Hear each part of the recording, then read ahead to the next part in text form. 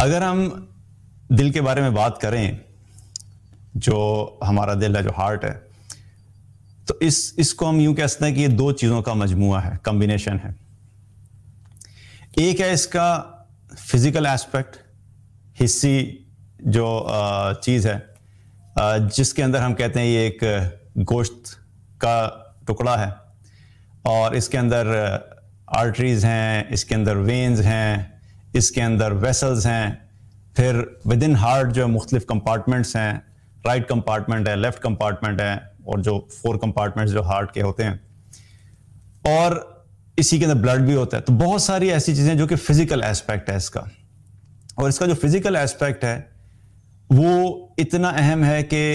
چھوٹی see when یا چھوٹی سی آرٹریز میں سے کوئی ایک چیز بلاک ہو جائے تو کیا ہوتا ہے کہ انسان کے لیے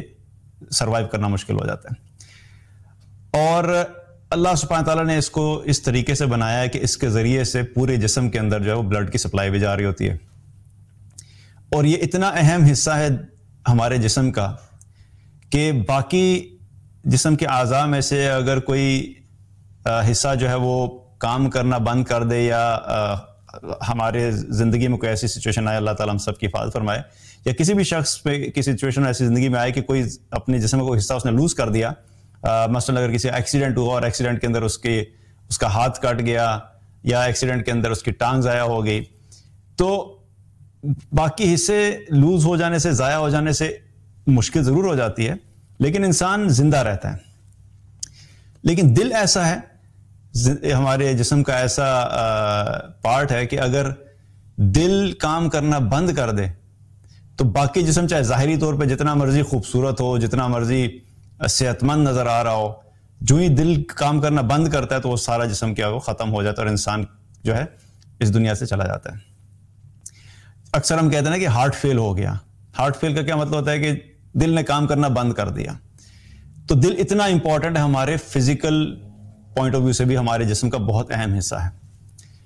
اسی وجہ سے ہم اس کا خیال بھی بڑا رکھتے ہیں۔ ہم کہتے ہیں جی ڈائٹ ایسی ہونی چاہیے جس میں کولیسٹرول نہیں ہونا چاہیے، کیونکہ کولیسٹرول کی وجہ سے جو ہارٹ ڈیزیز ہوتی ہیں۔ باڈی کو ایک خاص ویٹ سے زیادہ ایکسیڈ نہیں کرنے دیتے، کہ موٹاپا بہت زیادہ نہیں ہونا چاہیے، کیونکہ بہت زیادہ موٹاپا جو بھی دل کی بیماریوں کا سبب بنتا ہے۔ اور ڈائٹ بھی ہم اس قسم کی کھاتے ہیں کہ ایسی ڈائٹ ہو جو کہ دل کو جو ہے وہ اچھے طریقے سے رکھ سکے اور دل کو نقصان نہیں پہنچے اس سے۔ تو ہم اس کا بھی خیال رکھتے ہیں، کیونکہ ہمیں اس چیز کی امپورٹنس کا پتہ ہے کہ ہمارا دل ہمارے جسم کے لیے کتنا ضروری ہے۔ اسی کا دوسرا حصہ کیا ہے، جو کہ اس کا اسپرچول ایسپیکٹ ہے، روحانی زندگی، دل کی روحانی زندگی۔ جتنا دل کا فزیکل ایسپیکٹ ہمارے جسم کے لیے ضروری ہے، اس سے کئی زیادہ ہمارے دل کی جو روحانی زندگی ہے وہ ہمارے لیے ضروری ہے، کیونکہ ہماری زندگی میں جو فیلنگز ہوتی ہیں وہ فیلنگز بیسیکلی ہمارے اس روحانی حصے سے جو ہے وہ کنیکٹڈ ہوتی ہیں۔ اللہ پہ ایمان کہاں پہ ہوتا ہے؟ وہ دل کی کیفیت ہے، لیکن وہ دل میں فزیکلی کوئی چیز نہیں پڑی ہوتی۔ جب ہم کہتے ہیں کہ اس شخص کے دل میں ایمان ہے، تو ایسا نہیں ہوتا کہ جس طرح جب ہم دل کی بات کرتے ہیں کہ یہ آرٹریز ہیں، جب ہم آرٹریز کی بات کرتے ہیں تو ہمیں آرٹریز نظر آتی ہیں، ہم یہ کہتے ہیں وینز ہیں، وینز کی ہم بات کرتے ہیں ہمیں نظر آتا ہے، ہم کہتے ہیں اس دل میں دیکھیں بلڈ کا فلو چل رہا ہے۔ جب ہم بلڈ کی بات کرتے ہیں تو ہم بلڈ کو فزیکلی دیکھ سکتے ہیں، لیکن جب ہم بات کرتے ہیں کہ اس شخص کے دل میں ایمان ہے، یا ایمان کا لیول بڑھ گیا ہے، یا ایمان کا لیول کم ہو گیا ہے، تو ہمیں کوئی فزیکل کوئی چیز نظر نہیں آتی، وہ ایک فیلنگ ہوتی ہے۔ تو اس کا تعلق کیا ہے؟ دل کی روحانی زندگی سے ہے۔ اسی طرح خوشی کی ہم بات کریں کہ مجھے اپنے دل میں بڑی خوشی محسوس ہو رہی ہے، تو ایسا تو نہیں ہوتا کہ دل کھول کے دیکھا ہے تو ہمیں نظر آتا ہے کہ یہ آدھا کلو خوشی یا آدھا پاؤ خوشی دل کے اندر پڑی ہوئی ہے۔ You can't see it but you can feel it. خوشی محسوس ہوتی ہے، غم محسوس ہوتا ہے، اداسی محسوس ہوتی ہے، اسی طریقے سے خوف محسوس ہوتا ہے۔ تو ہمارے دل کی جو 2 ایسپیکٹس ہیں، اس میں سے جو فزیکل پارٹ ہے یا فزیکل ایسپیکٹ ہے، اس کے اوپر ہم پھر بھی کچھ نہ کچھ فوکس کرتے ہیں، کانشیسلی یا انکانشیسلی اس کو ہم ٹیک کیئر کر رہے ہوتے ہیں، لیکن جو اس کی روحانی زندگی ہے اس کے بارے میں یا تو ہمیں پتہ ہی نہیں ہوتا، اور اگر پتہ بھی ہوتا ہے تو اس کی بہتری کے لیے جو ہے ہم کوشش نہیں کرتے، اور ہم یہ نہیں کوشش کرتے کہ کسی طریقے سے اس کو بھی بہتر کرنا ہے، کیونکہ یاد رکھیے کہ جو اصل میں ہمارے باہر کا انوائرمنٹ ہوتا ہے. چاہے ہم جتنے مرضی جو ہے باہر سے ہمیں چیزیں اچھی نظر آ رہی ہوں, آپ کسی ایسی جگہ پہ ہیں جو دنیا کی سب سے خوبصورت ترین جگہ ہے,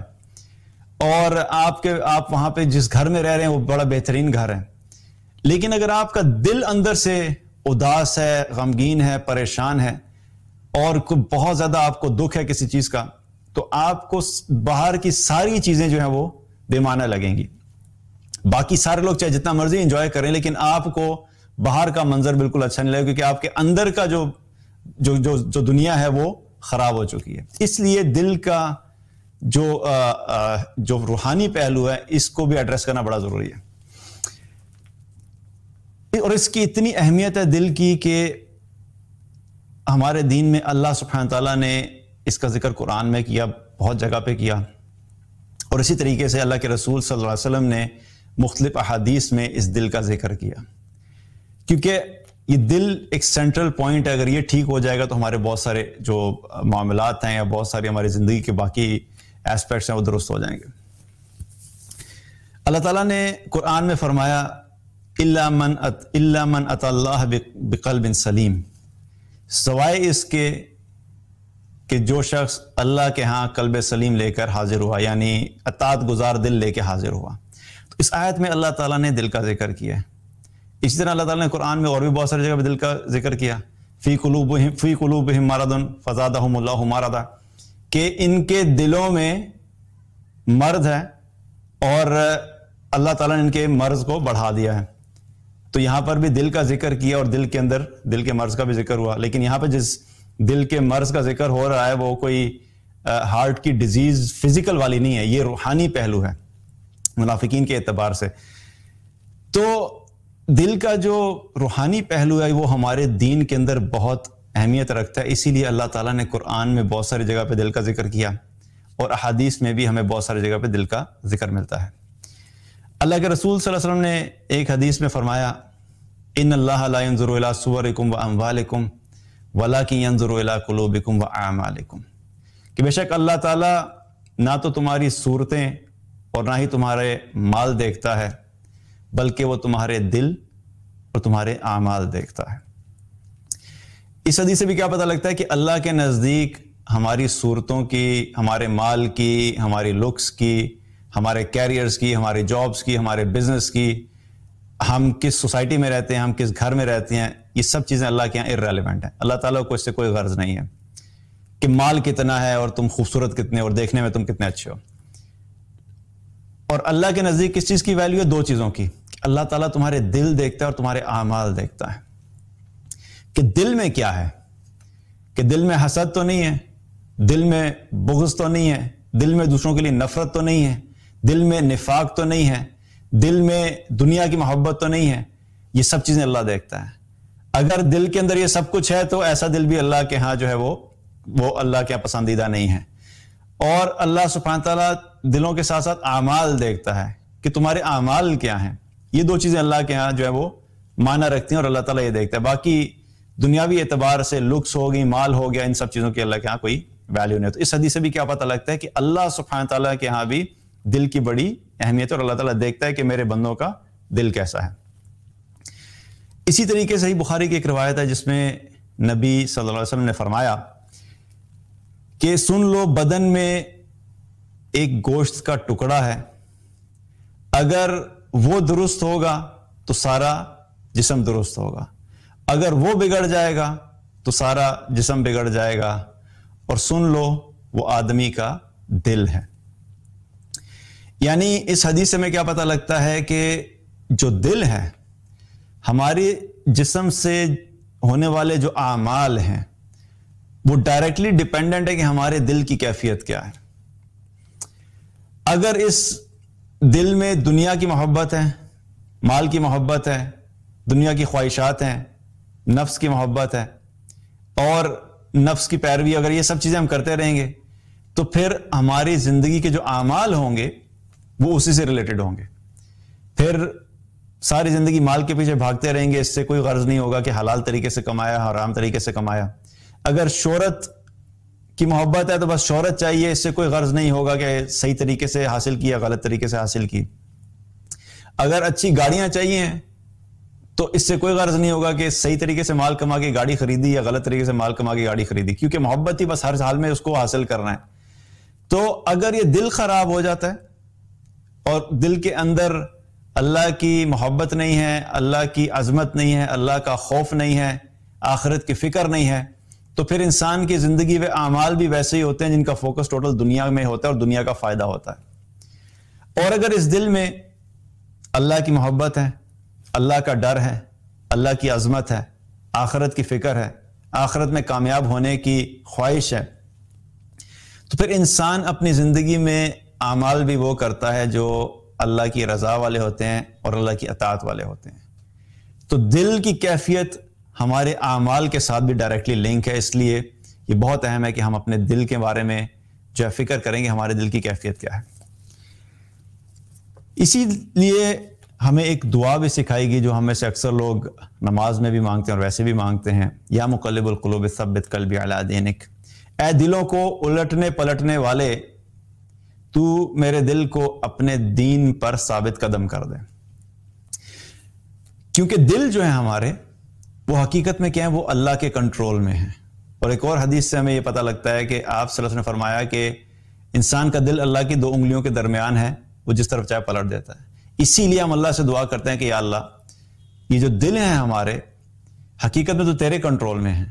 تو ہمارے دل کو اپنے دین کی طرف موڑ دے اور اپنے دین کے اوپر ثابت قدم کر دے. یہ دعا اس لیے ہم اللہ سے کرتے ہیں. تو دعا بھی کرنی ہے، لیکن اس سے ہمیں کیا پتہ لگتا ہے کہ جو دل ہے یہ بہت امپورٹنٹ ہے، اور اگر اس کے بارے میں ہم تھوڑا سا فکر کریں، تھوڑا سا علم حاصل کریں اور اس کو درست کرنے کی کوشش کریں تو انشاءاللہ ہم دنیا کی زندگی میں بھی جو ہے اللہ کی اطاعت والی زندگی گزاریں گے اور اللہ سبحانہ تعالیٰ میں آخرت میں بھی کامیاب کرے گا. اب یہ جو دل ہے اس کا ایک تو ہم نے بات کی جو پازیٹیو پارٹ ہے کہ جب خوشی ہوتی ہے، ایکسائٹمنٹ ہوتی ہے، اور جب کوئی نعمتیں حاصل ہوتی ہیں، جب مقصد کوئی اچیو ہو جاتا ہے تو وہ ایک ڈیفرنٹ سچویشن ہوتی ہے. اکثر ایسا ہوتا ہے کہ ہماری زندگی میں وہ کم ہوتی ہیں، اور اکثر ہماری زندگی کے اندر جو چیلنجز ہوتے ہیں، مسائل ہوتے ہیں، پرابلمز ہوتے ہیں، وہ یا تو زیادہ ہوتے ہیں یا ہم ان کو زیادہ امپورٹنس دیتے ہیں، اس لیے ہمیں بہت زیادہ لگتے ہیں. کیونکہ یہ بھی ایک مسئلہ ہوتا ہے کہ ہماری زندگی میں ایسا ہوتا نہیں کہ بہت سارے مسائل ہیں. اگر ہم بات کریں کہ 10 میں سے 7 جو ہیں وہ اچھی چیزیں ہیں زندگی میں اور 3 ایسی چیزیں جو مشکلات ہیں، تو ہم کیا کرتے ہیں، ہم ان 7 اچھی چیزوں کو بھول کے ہم صرف ان 3 چیزوں کا رونا روتے رہتے ہیں کہ دیکھیں جی میری جاب اتنی اچھی نہیں ہے. لیکن اگر اس کے علاوہ دیکھیں تو زندگی کیسی گزر رہی ہے، گھر بھی موجود ہے، بچے اسکول بھی جا رہے ہیں، گھر کا خرچہ بھی چل رہا ہے، کسی سے مانگنا بھی نہیں پڑتا، لیکن میری جاب اچھی نہیں ہے. اتنی ساری اور نعمتیں ہیں جو آلریڈی موجود ہیں، تو ان کو چھوڑ کے کوئی ایک چیز ایسی ہے جو کہ اپنی مرضی کے حساب سے نہیں ہے یا وہ خود کو لگ رہا ہے کہ اچھی نہیں ہے، ویسے ایسا نہیں ہے مسئلہ ہے، لیکن چونکہ اپنی خواہش کے مطابق نہیں ہے تو اس چیز کو ہم لے کے کیا کرتے ہیں، روتے رہتے ہیں. تو ایک تو یہ بھی مسئلہ ہوتا ہے کہ ہماری زندگی میں اتنے مسائل ہوتے نہیں ہیں جتنا ہم اس کو بڑھا چڑھا کے اپنے اوپر مسلط کر لیتے ہیں.